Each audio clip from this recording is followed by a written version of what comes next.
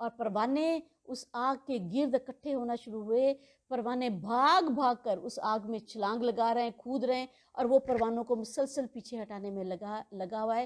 میرا بھی یہی حال ہے کہ میں تم لوگ دوڑ دوڑ کر جہنم کی آگ میں گرے, اور میں تمہیں تمہاری پیٹھوں سے پکڑ پکڑ کر پیچھے جہنم سے پیچھے دھکیل رہا ہوں کہ اس طرف مت جاؤ, ایسا عمل مت کرو, اللہ اور اللہ کے رسول کے راستے کی طرف آ جاؤ. اور بلا شبہ تمہارے پاس یقیناً تمہیں میں سے ایک عظیم رسول آیا ہے, اس پر گراں ہے کہ تم مشقت میں پڑو, تم پر بہت زیادہ حرص رکھنے والا ہے, مومنوں پر بہت شفقت کرنے والا, نہایت مہربان ہے. پھر اگر وہ منہ موڑیں تو آپ کہہ دیں اللہ تعالیٰ ہی مجھے کافی ہے, اس کے سوا کوئی معبود نہیں, میں نے اسی پر بھروسہ کیا ہے, اور بلا شبہ وہی عرش عظیم کا مالک ہے. اللہ کے رسول صلی اللہ علیہ وآلہ وسلم کی شان خود اللہ تعالیٰ نے کن الفاظ میں بیان کی ہے. فرمایا کہ تمہارے پاس ایک عظیم رسول ہے. عظیم احسان کی طرف توجہ دلائی کہ دیکھو میں نے تم پر کیسا احسان کیا ہے کہ محمد صلی اللہ علیہ وآلہ وسلم کی صورت میں کہ تمہاری ہی امت میں سے, تمہیں لوگوں میں سے جن کے صادق اور امین ہونے پر تم خود گواہ تھے کہ میں نے انہیں اٹھایا ہے, اور تم پر خصوصی طور پر یہ انعام ہوا ہے, اور تمام بنی نوع انسانیت پر قیامت تک جو آنے والی ہیں ان پر یہ انعام ہوا. اور یہ کہ اور ان کا دل کیسا اللہ نے بنایا ہے کہ ہر وہ چیز جو تمہیں مصیبت میں ڈالے, تمہیں ہلاکت میں مبتلا کرے, وہ ان کے دل کو حد سے زیادہ تکلیف دیتی ہے, ان پر بہت زیادہ تکلیف دہ بن کر گرتی ہے. وہ تمہیں ہر طریقے کے ساتھ دنیا اور آخرت کی ہلاکتوں سے, بربادیوں سے, مصائب سے, اور تمہیں جہنم سے بچانے سے, اسے محفوظ کرنے میں لگا ہوا ہے. تمہارے ایمان کی, اسلام کی, تمہاری اصلاح اور افلاح کے لیے وہ اس درجے حریص ہے جیسے کوئی باپ, شفیق ترین باپ اپنی اولاد کی فلاح اور بلائی کے لیے حریص ہوتا ہے کہ حد سے زیادہ کسی چیز کی خواہش میں بڑھ جانا, کہ وہ لالچ کی حد کو چلا جائے. تو یہاں اللہ تعالیٰ نے کہا ہے کہ اس درجہ وہ حریص ہے جیسے کہ بہت ہی شفیق باپ اپنی اولاد کے لیے چاہتا ہے کہ اس کو ہر خیر مل جائے, ہر بلائی اس کی جھولی میں آ گرے, ہر طرح سے وہ کسی مصیبت سے, پریشانی سے, جہنم کی آگ سے بچ جائے. اسی طرح تمہارا یہ رسول جو تمہاری طرف بھیجا گیا ہے تمہیں ایسے ہی بچانے کے لیے بھاگ دوڑ میں لگا ہوا ہے. یہ اور ان کے ساتھ صفت کیا ملائی, 4 صفاتی نام اللہ کے رسول صلی اللہ علیہ وسلم کے یہاں پہ بتائے گئے. نمبر 1 کون سا؟ عزیز, اور نمبر 2 حریص, اور نمبر 2 رؤوف اور رحیم. رؤوف ہوتا ہے بے حد شفقت کرنے والا, اور رحیم ہوتا ہے حد سے زیادہ رحمت کرنے والا. یہ 2 صفات اللہ تعالیٰ کی بھی صفات, رؤوف اور رحیم اللہ کی بھی دو صفات ہیں, رسول پاک صلی اللہ علیہ وسلم کی بھی صفات ہیں. تو اللہ کی یہ دونوں صفتیں, یہ دیکھیے خلق کے ساتھ آپ رحمت کے معاملے میں بالکل ایسے تھے جیسے اللہ اپنے بندوں پر رحمت کرنے والے. بلکہ آپ منافقوں کے متعلق دیکھتے ہیں کہ اللہ تعالیٰ نے کئی مقام پر اللہ کے اپنے رسول سے کہا کہ آپ ان کے بارے میں مجھ سے جھگڑا نہ کریں, آپ ان کے متعلق مجھ سے مجادلہ نہ کریں. تو اس قدر اللہ کے رسول صلی اللہ علیہ وسلم رحیم بنا کر بھیجے گئے کہ وہ بیتاب ہے کہ کسی نہ کسی طریقے سے تمہیں جہنم کی آگ سے بچا لیں, لیکن تم ہی ہو. اور یہ دیکھیں کہ آگے کی جو آیات ہیں, کہا کہ حسبی اللہ لا الہ الا هو علیہ توکلت وهو رب العرش العظیم.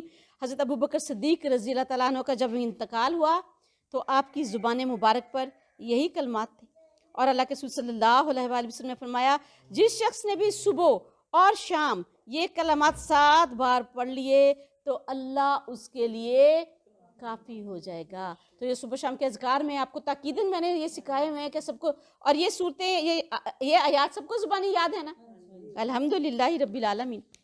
سورہ توبہ ختم ہوئی, سورہ یونس پڑھیں گے. اعوذ باللہ من الشیطان الرجیم, بسم اللہ الرحمن الرحیم. الف لام را تلک آیات الکتاب الحکیم. حروف مقاطعات, اور یہ کمال حکمت والی کتاب کی آیات ہیں. کیا لوگوں کے لیے یہ بات بڑی عجیب سی ہے کہ ہم نے انہی میں سے ایک آدمی کو وحی کی کہ لوگوں کو ڈر اور بشارت دے دو, ان لوگوں کو جو ایمان لائیں کہ یقیناً ان کے لیے ان کے رب کے پاس سچا مرتبہ ہے. کافروں نے کہا بے شک یہ تو ضرور کھلا جادوگر ہے. یعنی یہ کتاب کیسی حکیم کتاب ہم نے آپ پر نازل کی ہے کہ اس کے اندر حکمت بڑی آیات ہیں, اس کے اندر حکمت بڑے دلائل ہیں. دلیل اور حجت سے اس کتاب کو آراستہ کیا ہے، اپنی صداقت کی کسوٹی خود اس کے اندر ہی ہے۔ تو کس کی طرف اس کو وحی کیا گیا کہ جس کے اخلاق سے، کردار سے، جس کے ماضی سے، جس کے ہاتھ سے ہر شخص اس کو خوب جاننے والا تھا، لیکن اور انہوں نے کیا کیا، ان کے متعلق یہ کہہ دیا کہ یہ تو کھلا جادوگر ہے۔ یقیناً اللہ تعالیٰ ہی تمہارا رب ہے جس نے آسمانوں اور زمین کو 6 دنوں میں پیدا کیا، پھر وہ عرش پر بلند ہوا اور وہی ہر کام کی تدبیر کرتا ہے، کوئی سفارش کرنے والا نہیں مگر اس کی اجازت کے بعد، وہی اللہ تعالیٰ تمہارا رب ہے۔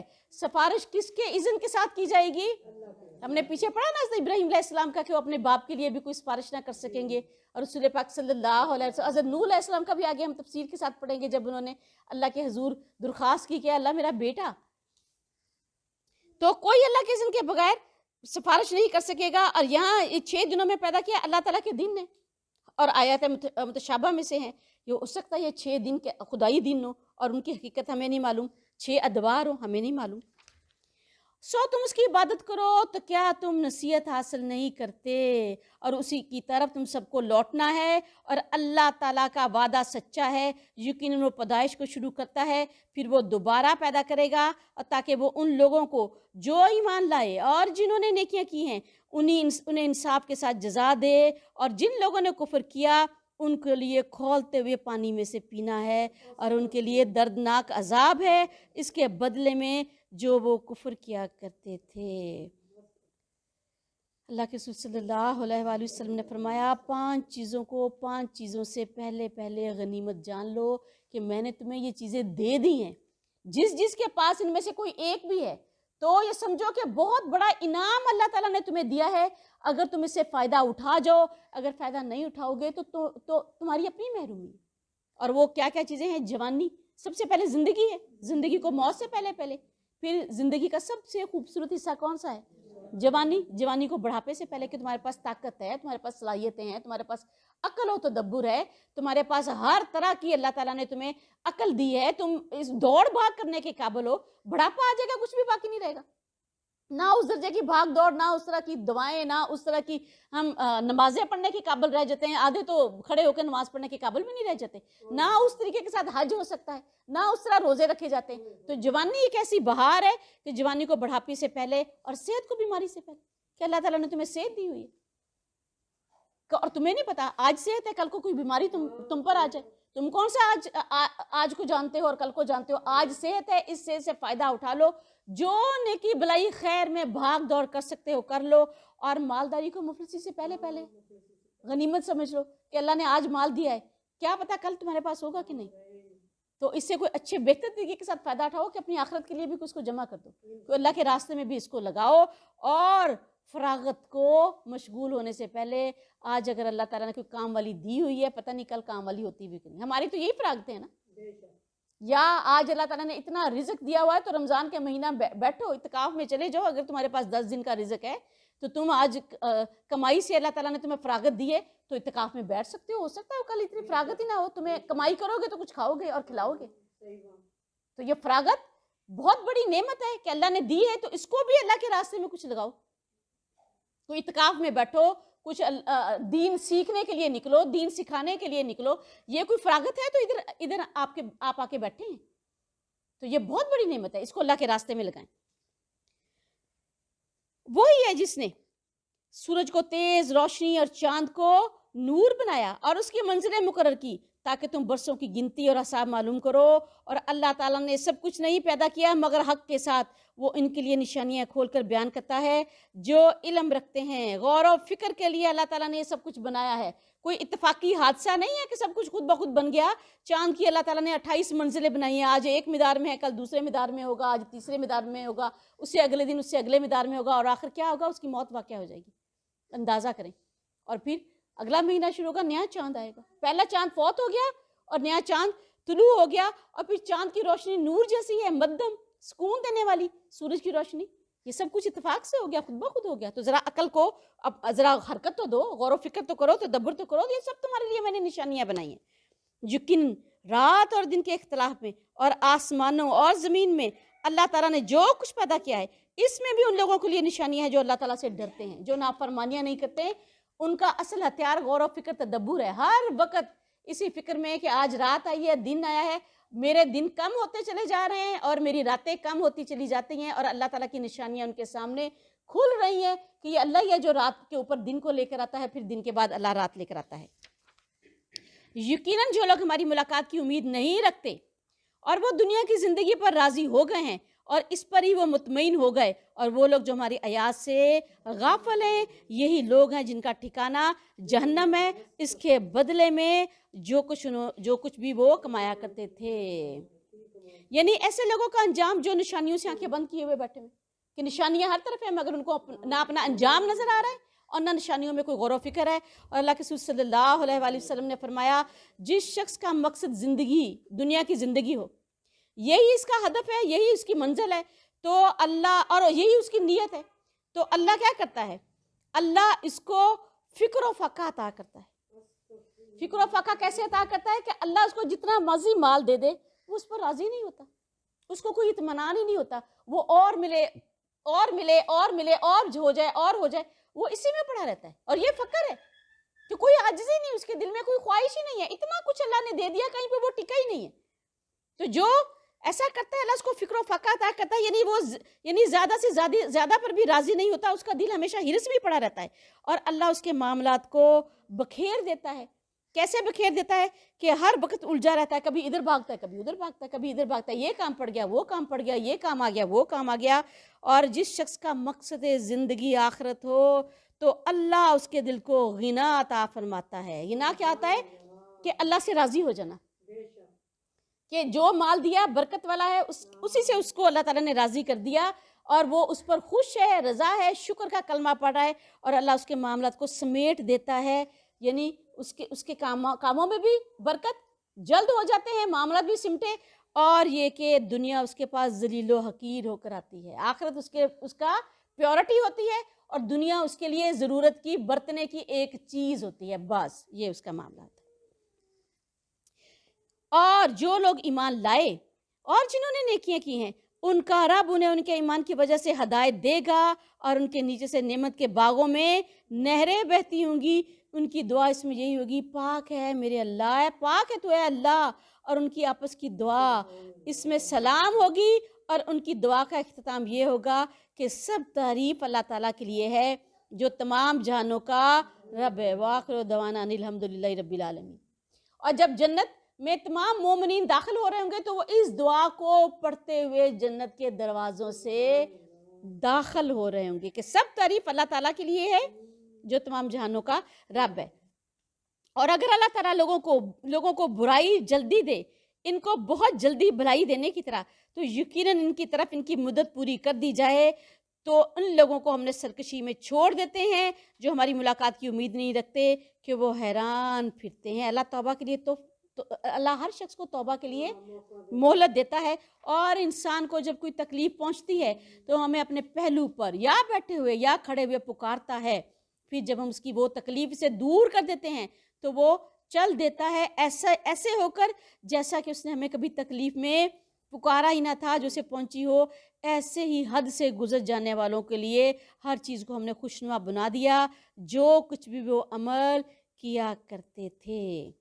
اللہ کے رسول صلی اللہ علیہ وآلہ وسلم نے فرمایا، جو شخص اپنے رب کو خوشحالی میں یاد رکھتا ہے تو اللہ تعالیٰ اس کو تکلیف میں یاد رکھتا ہے۔ ایسے ہی کرتے ہیں نا ہم، جب کوئی مصیبت آ جاتی ہے، کوئی تنگی آ جاتی ہے، تکلیف، پھر ہم کھڑے ہیں، بیٹھے ہیں، سو رہے ہیں، پہلو پر ہیں، بس پھر اللہ کو پکارتے ہیں، اور جب وہ تکلیف دور ہو جاتی ہے پھر غافل ہو جاتے ہیں، پھر بھول جاتے ہیں۔ اور بلا شبہ ہم نے تم سے پہلے بھی بہت سے زمانے کے لوگوں کو ہلاک کر دیا جبکہ انہوں نے ظلم کیا، اور ان کے پیغمبر ان کے پاس واضح دلائل لے کر آئے تھے، اور وہ ایسے نہ تھے کہ وہ ایمان لاتے۔ اس طرح ہم مجرم لوگوں کو ہم سزا دیتے ہیں، پھر ہم نے ان کے بعد تمہیں زمین میں جانشین بنا دیا تاکہ ہم دیکھیں کہ تم کیسے عمل کرتے ہو۔ اور جب ان پر ہماری واضح آیات پڑھی جاتی ہیں تو جو لوگ ہماری ملاقات کی امید نہیں رکھتے وہ کہتے ہیں کہ اس کے علاوہ کوئی اور قرآن لے آؤ یا پھر اس کو کچھ بدل ڈالو۔ آپ کہہ دیں، میرے لیے تو یہ ممکن نہیں ہے کہ میں اپنی جانب سے اسے بدل دوں،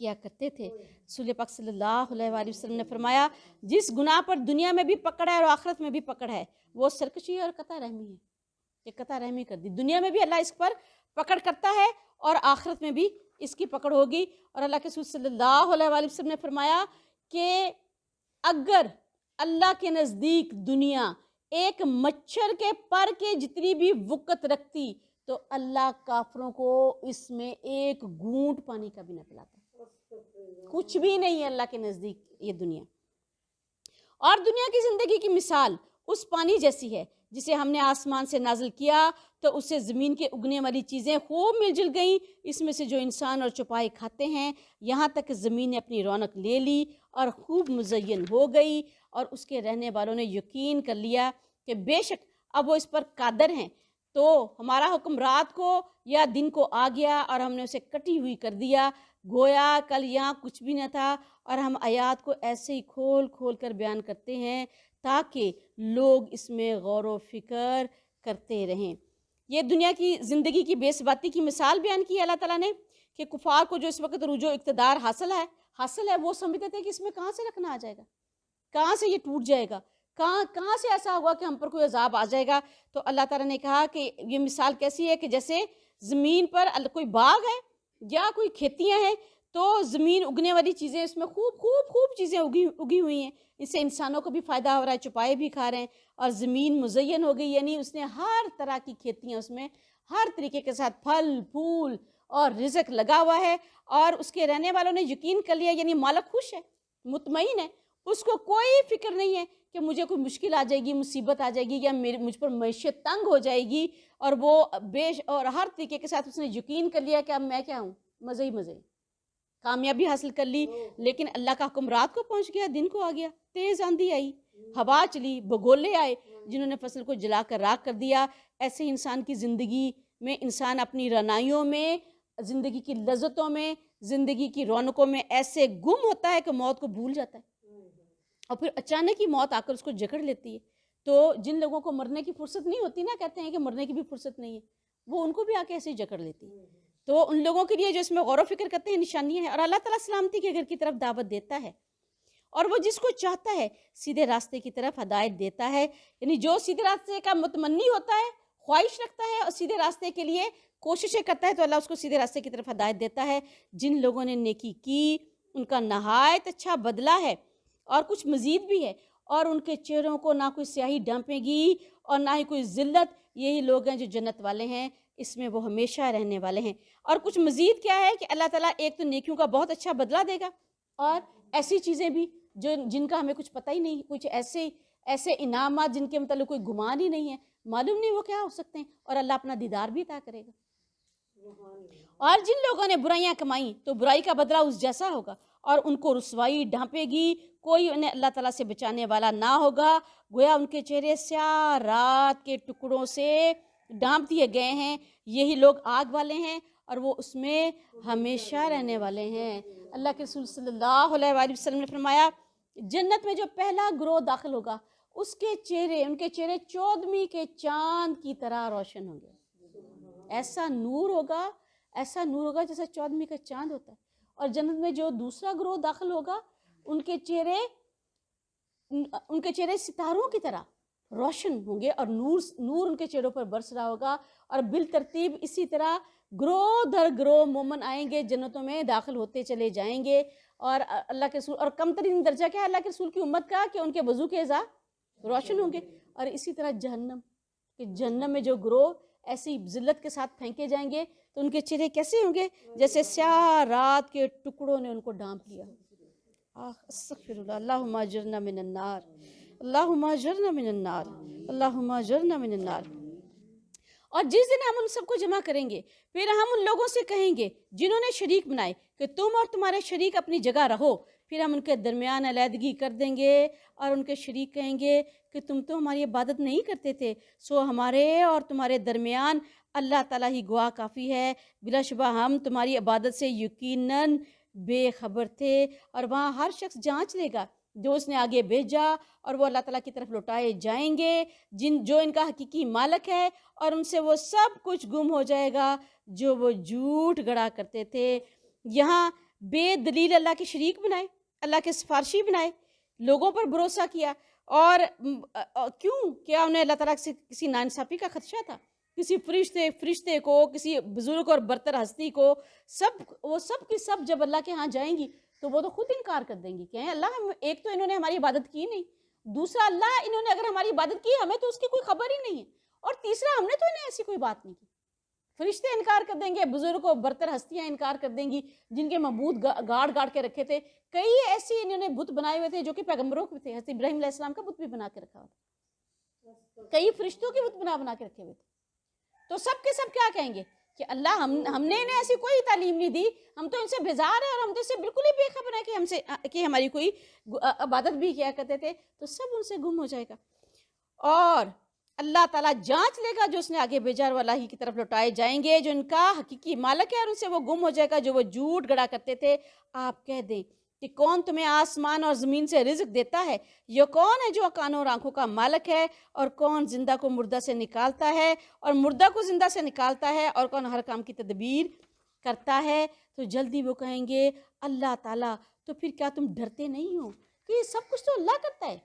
تمہیں آنکھیں اللہ نے دی ہیں، تمہیں کان اللہ تعالیٰ نے دی ہے، کوئی ہے تمہارا معبود جو تم گھڑ کے بیٹھ گئے ہو کہ تمہیں یہ سب چیزیں دینے والا؟ تمہیں زمین اللہ تعالیٰ نے بنائی ہے، زمین سے رزق اللہ نے نکالا ہے، آسمان سے بارش اللہ نے برسائی ہے، تو کہاں تمہاری عقلیں الٹ گئی ہیں کہ تمہیں کوئی نہیں ہے، کہ تم ڈرتے نہیں ہو کہ اللہ کے ساتھ شریک ٹھہرا رہے ہو؟ وہ اللہ ہی تمہارا حقیقی رب ہے، پھر حق کے بعد گمراہی کے سوا کیا ہے؟ پھر تم کدھر سے پھرائے جاتے ہو کہ اپنے نفس کے ہاتھوں تم حق سے پھر رہے ہو؟ کہ ذرا دیکھو تو صحیح، عقل اور منطق تو تمہیں کسی اور طرف رہنمائی کر رہی ہے کہ زمین و آسمان اگر اللہ کا ہے تو بادشاہت بھی اسی کی ہے، عبادت بھی اسی کی ہے، لیکن تم کس طرح، تمہاری عقلیں الٹ گئی ہیں اور کس طرح کے فیصلے تم کر رہے ہو۔ اور ایسے ہی تیرے رب کی بات ان لوگوں پر سچی ہو گئی جنہوں نے نافرمانی کی کہ یقیناً وہ ایمان نہیں لائیں گے۔ آپ کہہ دیں کہ کیا تمہارے شریکوں میں سے کوئی ہے جو تخلیق کی ابتدا کرتا ہے یا پھر دوبارہ پیدا کرنے والا ہے اس کو؟ آپ کہہ دیں بلا شبہ اللہ ہی تخلیق کی ابتدا کرتا ہے پھر اسے دوبارہ پیدا کرتا ہے، تو کدھر سے تم بہک گئے ہو کہ شیطان نے تمہیں بہکا کر کدھر پھنسا دیا ہے؟ کہ ذرا دیکھو تو صحیح کہ کیا کوئی معبود کسی کو لانے والا ہے، کسی کو زندگی دینے والا ہے؟ کدھر تمہاری عقلیں الٹ گئی ہیں؟ آپ یہ دیکھیں کس قدر اللہ تعالیٰ نے عقلوں کو جھنجھوڑا ہے، کس قدر شعور کو جھنجھوڑا ہے، کس قدر نصیحتیں کی ہیں، کس قدر اللہ نے تدبر، غور و فکر کے نشانیوں پر غور و فکر کرو کہ اپنے اعمال کو پرکھو، ہر روز پرکھو، ہر لمحہ پرکھو، ہر چیز کو دیکھو کہ تم کدھر جا رہے ہو، کہ تمہیں حق کی طرف لے جا رہی ہے کہ تمہیں باطل کی طرف لے کے جا رہی ہے، یہ تمہیں آخرت میں کوئی بھلائی دینے والی ہے یا آخرت میں تمہیں اللہ کے آگے رسوا کرنے والی ہے؟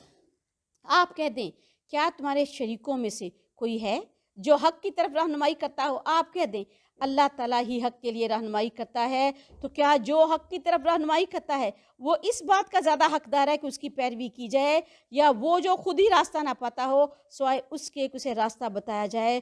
تو کیا ہو گیا ہے تمہیں؟ تم کیسے فیصلے کرتے ہو؟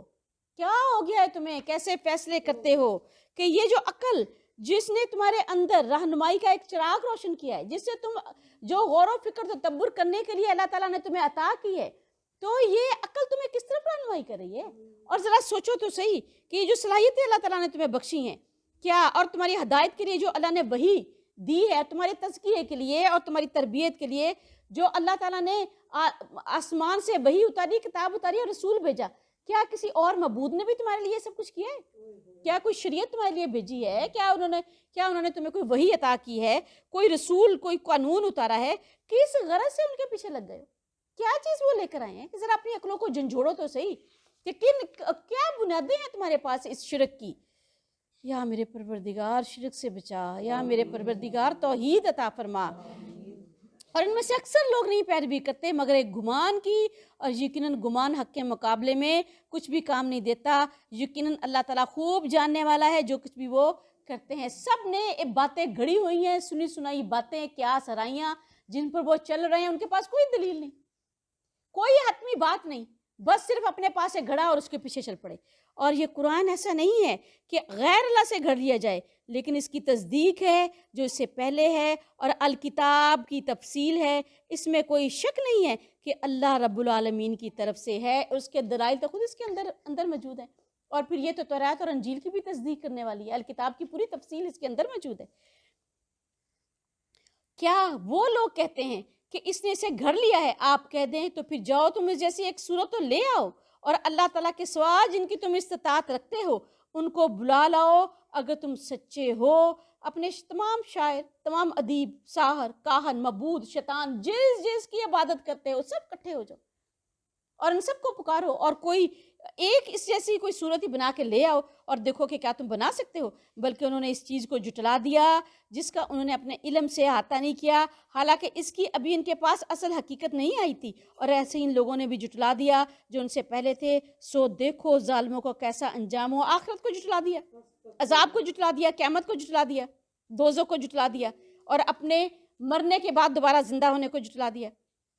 اور ان میں سے کچھ وہ بھی ہیں جو اس قرآن پر ایمان لاتے ہیں، اور ان میں سے کچھ وہ بھی ہیں جو اس پر ایمان نہیں لاتے. اور آپ کا رب فساد کرنے والوں کو خوب جانتا ہے. اور اگر وہ تجھے جھٹلائیں تو کہہ دیجئے کہ میرے لیے میرا عمل ہے اور تمہارے لیے تمہارا عمل. جو کچھ میں کرتا ہوں تم اس سے بری ہو، اور جو کچھ تم کرتے ہو میں اس سے بری ہوں، اور اس سے میں بری ہوں. اور ان میں سے یہی سورہ الکافرون میں بھی ہم یہی مضمون پڑھتے ہیں نا.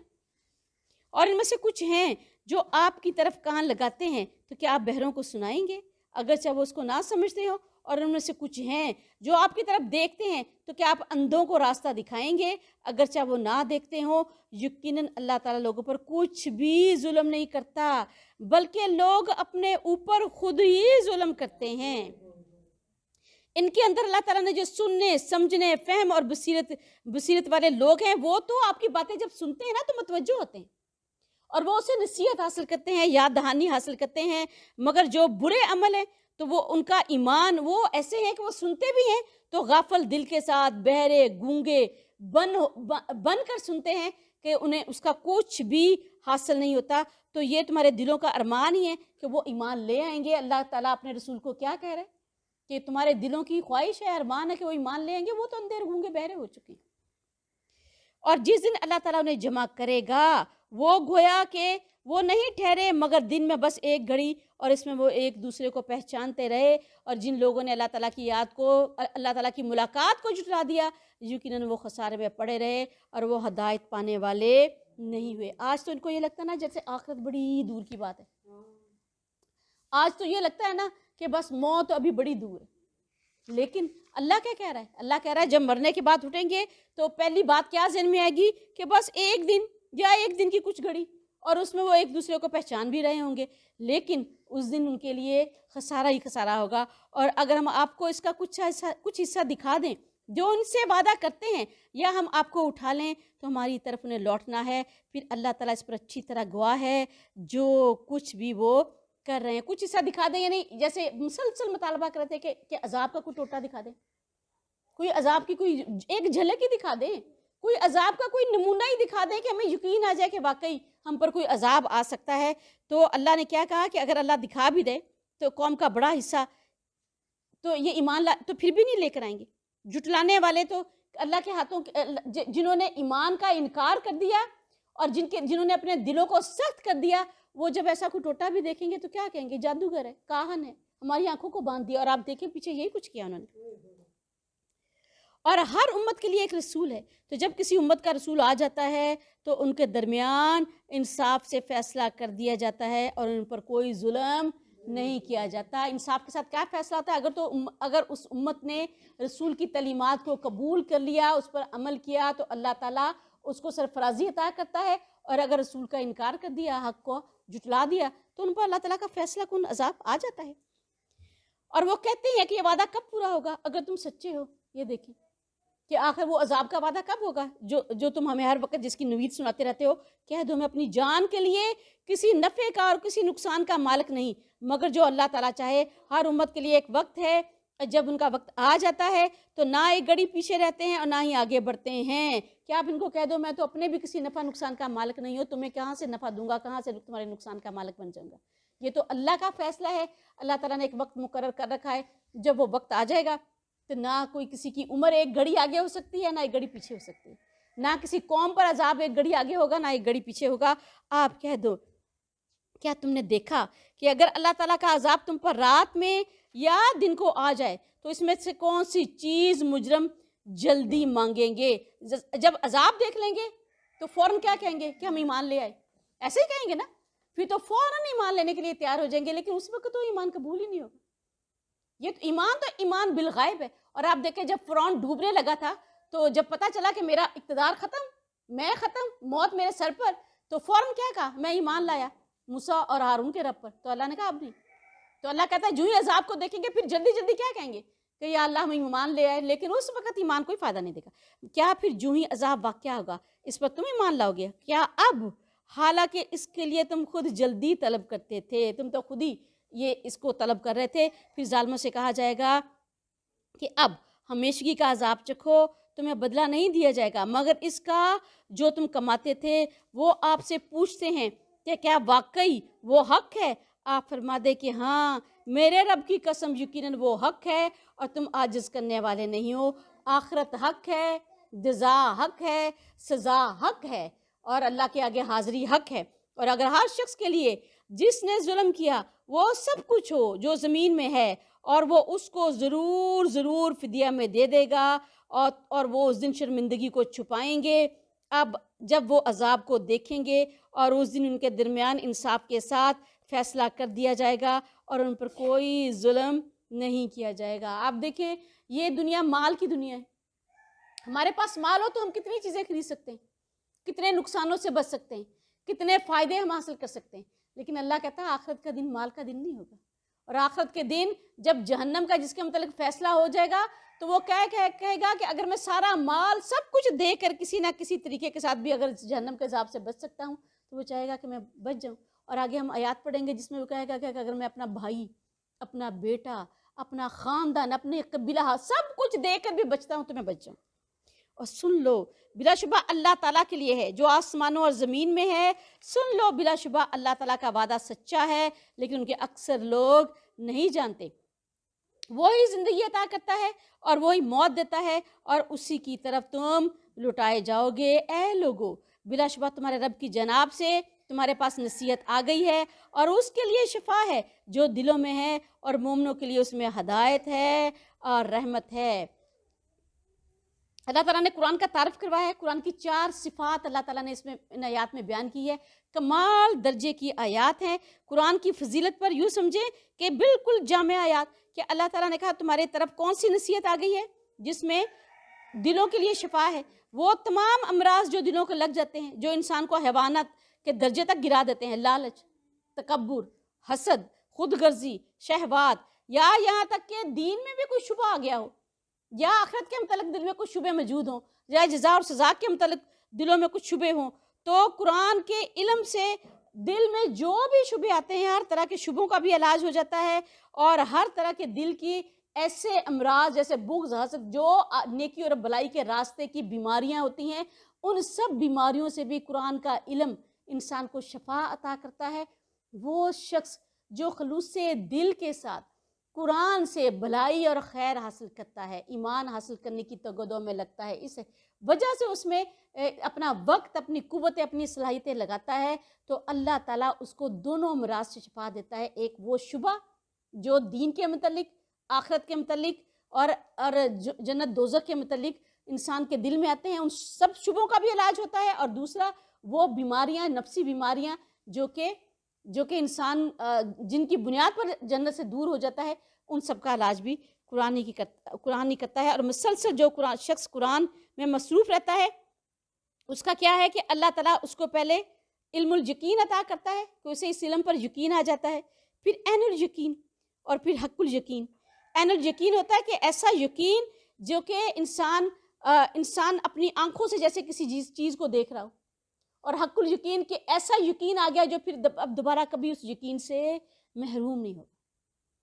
کہ پہلے جب قرآن پڑھنا شروع کیا تو علم الیقین حاصل ہوا, پھر اس کے بعد عین الیقین, پھر حق الیقین کی کیفیات آتی کہ یقین مرتے دم تک اس یقین نے گویا دل کے اندر پنجے گاڑ لیے پھر وہ کسی گمراہی کی طرف متوجہ نہیں ہوتا۔ اور اگلی آیت کیا ہے کہ آپ کہہ دیں یہ اللہ تعالیٰ کے فضل اور اس کی رحمت سے ہے، پھر اس کے ساتھ تو لازم ہے کہ وہ خوش ہوں اور وہ ان تمام چیزوں سے بہتر ہے جسے لوگ جمع کر رہے ہیں۔ کون سی چیزیں ہم جمع کر رہے ہیں؟ مال، عہدہ، اقتدار، خوشیاں، یہ مل جائے وہ مل جائے، بڑی گاڑی ہو جائے، بڑا گھر ہو جائے۔ یہ اللہ تعالیٰ نے کہا یہ قرآن کا علم، قرآن میں وقت لگانا، قرآن کو سیکھنا۔ جو شخص قرآن کو حاصل کرتا ہے تو گویا وہ یہ کیا ہے، وہ ایسی چیز ہے کہ اللہ کا فضل اس کو حاصل ہو گیا، اللہ کی رحمت اس کو حاصل ہو گئی، اور وہ ان تمام چیزوں سے، جو بھی دنیا میں کسی شخص کے لیے کوئی چیز اہم ہو سکتی ہے، ہر چیز سے زیادہ اہم قرآن کا علم ہے۔ اور ہم دیکھیں کہ سورہ رحمان میں ہم کیا پڑھتے ہیں؟ رحمان علم القرآن، کہ قرآن کی سب سے بڑی رحمت رحمان کی کیا ہے؟ قرآن ہے۔ اور پھر جو شخص کے پاس قرآن کی رحمت ہو، قرآن ہو، اور وہ کسی اور چیز کو قرآن سے بہتر سمجھے تو گویا اس نے کفر کیا۔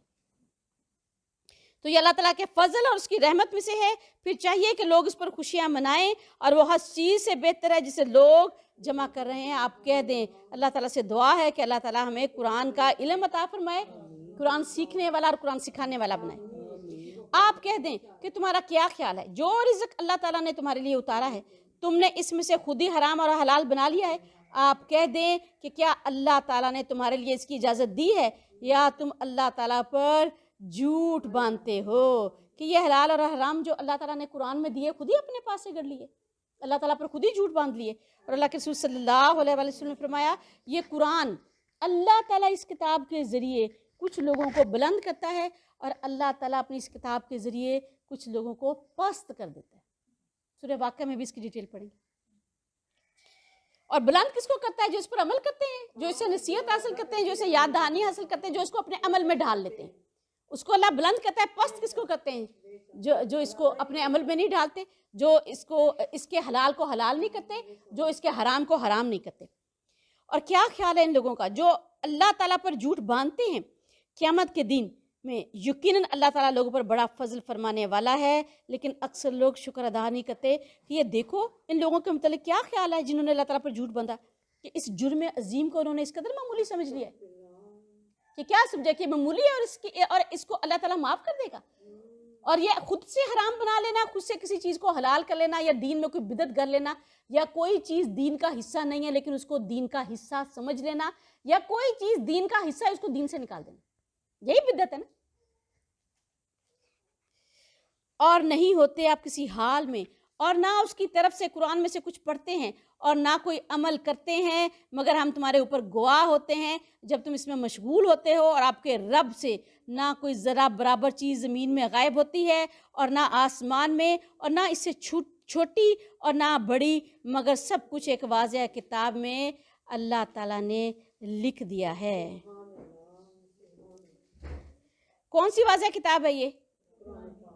اللہ تعالیٰ نے جو واضح کتاب لکھی ہے لوح محفوظ ہے، کہ جس میں اللہ تعالیٰ نے ہر چیز کے متعلق لکھ دیا ہے کہ کوئی چیز ایسی نہیں ہے جو ذرا برابر بھی ہو اور اس میں غائب ہو جائے۔ اور اللہ کے رسول صلی اللہ علیہ وسلم صحابہ اکرام نے پوچھا اللہ کے رسول ہمیں کیسے معلوم ہو کہ اللہ ہمارا دوست ہے؟ آگے اللہ کے دوست کی آیت آ رہی ہے نا، تو اللہ کے دوست کی آیت سننے سے پہلے یہ سنے کہ صحابہ اکرام نے اس آیت کے متعلق سوال کیا کہ اللہ کے رسول صلی اللہ علیہ وآلہ وسلم سے کہ ہمیں کیسے معلوم ہو کہ اللہ ہمارا دوست ہو؟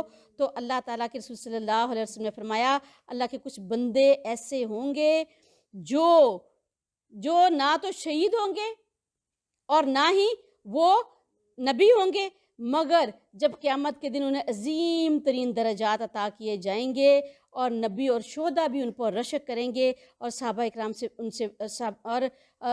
اور لوگ ان سے فرشتے آ کر پوچھیں گے کہ آخر تمہیں اتنے بڑے بڑے مرتبے کیسے مل گئے؟ تو وہ کیا کہیں گے؟ ہم نے دنیا میں اللہ کو اپنا ولی بنایا تھا، اللہ کو اپنا دوست بنایا تھا۔ تو اللہ تعالیٰ نے سورہ پیچھے پڑھا نا ہم نے کہ اللہ نے کہا کہ اللہ جو اللہ کو دوست بناتا ہے، اللہ جس کو دوست بناتا ہے تو اللہ کیا کرتا ہے؟ اس کو اندھیروں سے نکالتا ہے اور اس کو اللہ نور میں لے آتا ہے۔ اور جو اللہ کے علاوہ طاغوت کو دوست بناتے ہیں تو اللہ کیا کرتا ہے؟ اللہ اس کو جہالتوں میں چھوڑ دیتا ہے۔ تو وہ کیا کہیں گے کہ ہم نے دنیا میں کس کو بنایا تھا؟ اپنا ولی، اپنا دوست، اپنا مددگار، اپنا ساتھی، کہ اللہ کو بنایا تھا، اللہ سے ہدایت دی، اللہ کی کتاب. اور یہ اللہ کی کتاب ہی ہے نا جس کو دوست جو ہمارے پاس اللہ کی رسی ہے جو زمین سے آسمان تک تنی ہوئی ہے.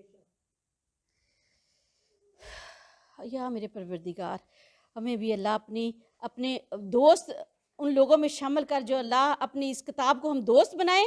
اور سن لو، بلا شبہ اللہ تعالیٰ کے دوستوں پر نہ اس دن کوئی خوف ہوگا اور نہ ہی وہ غمگین ہوں گے. اور اس کے بعد اللہ کے رسول صلی اللہ علیہ وسلم نے اس آیت کی تلاوت کی. اور جو لوگ ایمان لائے اور وہ اللہ تعالیٰ سے ڈرتے تھے اور ان کے لیے دنیا کی زندگی میں بھی اور آخرت میں بھی خوشخبری ہے، اللہ تعالیٰ کی باتوں میں کوئی تبدیلی نہیں ہے. اور بلا شبہ یہ بہت ہی بڑی کامیابی ہے. دنیا کی زندگی میں ان کے عمل کی قبولیت کی انہیں خوشخبری دے دی جاتی ہے کس وقت جو ہی وہ موت کے وقت پر پہنچتے ہیں. ادھر سے ان کا رابطہ ختم ہوا تو فرشتے نظر آنے شروع ہوئے اور اسی وقت انہیں جنت کی خوشخبری دے دی جاتی ہے. اور ان کی بات آپ کو غمزدہ نہ کرے. یقیناً ساری کی ساری عزت اللہ تعالیٰ ہی کے لیے ہے اور وہ سب کچھ سننے والا ہے، سب کچھ جاننے والا ہے. کیا کرتے تھے؟ اللہ کے رسول کا مذاق اڑاتے تھے اور اللہ کے رسول پر ایمان لانے والوں کا مذاق اڑاتے تھے اور کہتے تھے کہ کیا ہے، دیکھو تو صحیح ان سرفروں کو دیکھو، کھانے کے لیے 2 وقت کی روٹی نہیں ہے، پہننے کے لیے کوئی ڈھنگ کا لباس نہیں ہے، اور یہ خواب کیا دیکھ رہے ہیں کہ جی اللہ نے ہمیں دوست بنا لیا ہے، جنت میں ہمارے پاس یہ ہوگا، جنت میں ہمارے لیے وہ ہوگا، جنت میں ہمارے لیے یہ ہوگا. کہ ان سرفروں کو ذرا حال دیکھو. اور حالانکہ کہ اللہ تعالیٰ نے ایک دفعہ حدیث قدسی ہے کہ رسول پاک صلی اللہ علیہ وآلہ وسلم نے فرمایا کہ جب اللہ اپنے کسی بندے سے محبت کرتا ہے تو اللہ تعالیٰ حضرت جبرائیل امین کو بلاتے ہیں اور کہتے ہیں کہ اے جبرائیل، میں اپنے فلاں بندے سے محبت کرتا ہوں، جبرائیل تم بھی اس سے محبت کرو. تو جبرائیل امین کیا کہتے ہیں اللہ تعالیٰ میں بھی آپ کے اس بندے سے محبت کرتا ہوں. پھر جبرائیل امین تمام فرشتوں میں یہ منادی کر دیتے ہیں کہ اللہ اور جبرائیل امین فلاں بندے سے محبت کرتا ہے اور تم بھی اس سے محبت کرو. تو وہ تمام فرشتے کیا کہتے ہیں کہ ہم بھی اس بندے سے محبت کرتے ہیں. پھر یہاں تک یہ منادی زمین میں کر دی جاتی ہے کہ اللہ اور جبرائیل امین اور اللہ کے تمام فرشتے اور نیک روحیں جو کہ وصال پا گئی ہیں، اللہ کے فلاں بندے سے محبت کرتی ہیں، تو تمام نیک روحیں جو ہوتی ہیں وہ اللہ کے اس بندے سے محبت کرنے لگ جاتی ہیں. آج ہم کرتے ہیں نا امام ابو حنیفہ سے کتنی محبت، کہ جب ان کا ذکر آتا ہے کتنی ہماری آنکھیں جھک جاتی ہیں. امام مالک ہیں، امام شافعی ہیں، امام حنبل ہیں، امام ابن قیم ہیں، کتنے جن لوگوں نے اپنی زندگیاں اللہ کے رسول کے لیے لگائیں، اللہ کی کتاب کے لیے لگائیں. ہمارے دلوں میں ان کا کیسا رتبہ ہے، کیسا مقام ہے. تو یہ محبت کس نے رکھی ہے؟ اللہ تعالیٰ نے رکھی ہے، کیونکہ ان کو اللہ تعالیٰ سے محبت، اللہ کے رسول سے محبت تو یہ کس نے رکھی ہے؟ اللہ تعالیٰ نے رکھی ہے. کیونکہ ہم نے اللہ کے رسول، نیکی اور بھلائی کرنے والے کے دل میں ہر اس شخص کی محبت پیدا ہو جاتی ہے جو کہ نیکی اور بھلائی کرنے والا ہے، خیر کی طرف بلانے والا ہے. اور ان کی باتیں آپ کو غمزدہ نہ کریں. یقیناً ساری کی ساری عزت اللہ تعالیٰ ہی کے لیے ہے، وہ سب کچھ سننے والا ہے، سب کچھ جاننے والا ہے. سن لو، جو کچھ آسمانوں میں ہے اور جو کچھ زمین میں ہے یقیناً اللہ تعالیٰ کے لیے ہے. اور جو لوگ اللہ تعالیٰ کے غیر کو پکارتے ہیں وہ کسی قسم کے شریکوں کی پیروی نہیں کر رہے، وہ گمان کے سوا کسی کی بھی پیروی نہیں کرتے اور وہ محض قیاس رائیاں کرتے ہیں. یعنی ایسی باتیں جن کی بنیاد نہ علم پر ہے، نہ عقل پر ہے، بلکہ وہ نہ فطرت پر ہے، بلکہ وہ کیا کرتے ہیں؟ اٹکل کے تیر چلا رہے ہیں. کبھی ادھر کی بات پکڑ لی، کبھی ادھر کی پکڑ لی، اندازے لگا لے، کیا سرائیاں کر لی.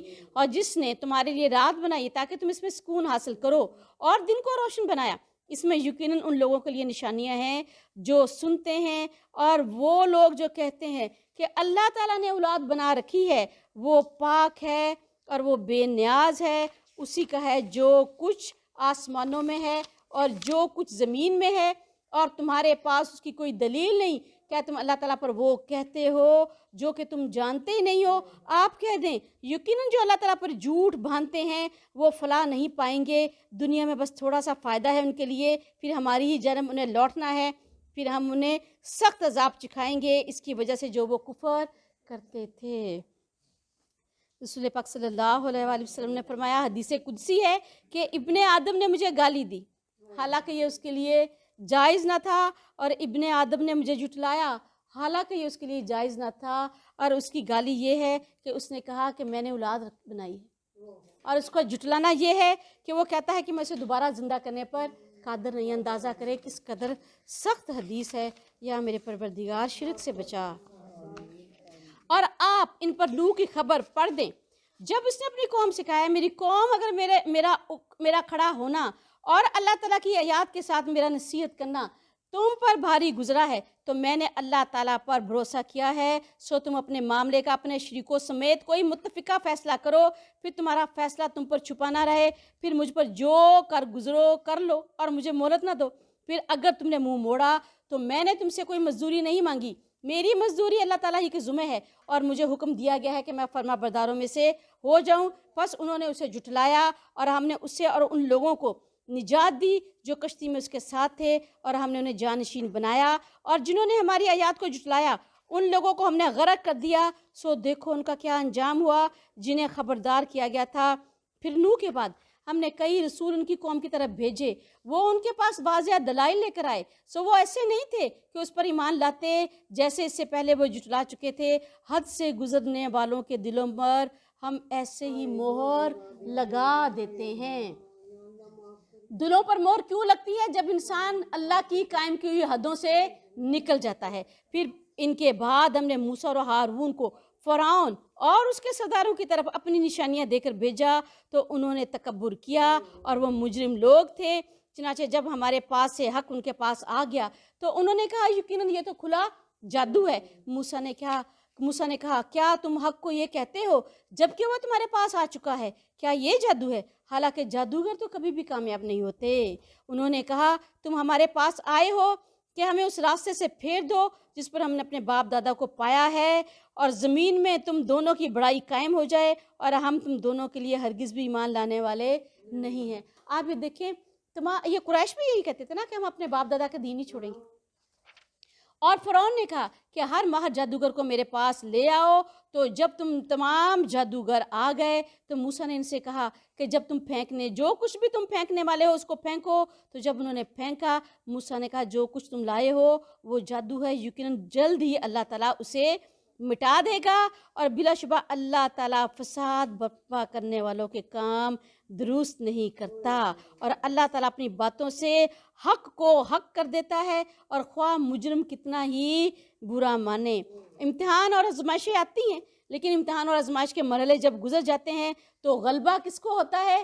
حق ہی غالب آتا ہے، اور باطل مٹ کے ہی رہتا ہے۔ تو موسیٰ پر اس کی قوم کے چند لڑکوں کے سوا کوئی بھی ایمان نہ لایا، فرعون کے اور اس کے سرداروں کے ڈر سے کہ وہ انہیں کسی فتنے میں ڈال دے گا، اور بلا شبہ فرعون زمین میں سرکش تھا، اور وہ تو بہت ہی زیادہ حد سے گزر جانے والوں میں سے تھا۔ حق کو سب پہچان گئے تھے، لیکن کتنے لوگ تھے جو خوف سے حق کو اختیار نہیں کرتے تھے۔ اور موسیٰ نے کہا ہے میری قوم اگر تم اللہ تعالیٰ پر ایمان لائے ہو تو اسی پر بھروسہ رکھو، اگر تم فرما بردار ہو۔ تو انہوں نے کہا کہ ہم نے اللہ تعالیٰ پر ہی بھروسہ کیا، اے ہمارے رب ہمیں ظالم لوگوں کے لیے آزمائش نہ بنا، اور اپنی رحمت سے ہمیں کافر لوگوں سے نجات دے۔ یہ ان کی دعائیں تھیں کہ ایسا نہ ہو کہ ظالم ہم پر ظلم کریں اور ہمارے لیے وہ آزمائش بن جائیں، یا وہ ہمیں ہمارے دین سے پھیرنے کے لیے ہم پر جبر کریں۔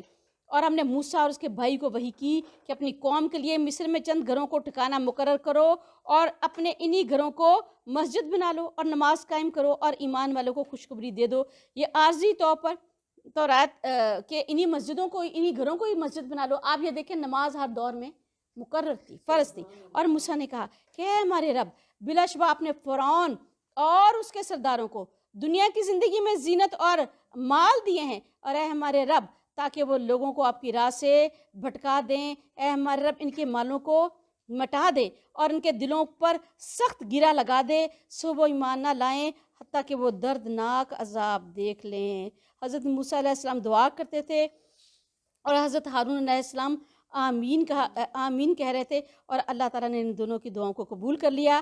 فرمایا کہ بلا شبہ تم دونوں کی دعا قبول کر لی گئی، چنانچہ تم دونوں ثابت قدم رہو اور ان کے راستے کی اتباع نہ کرو جو نہیں جانتے۔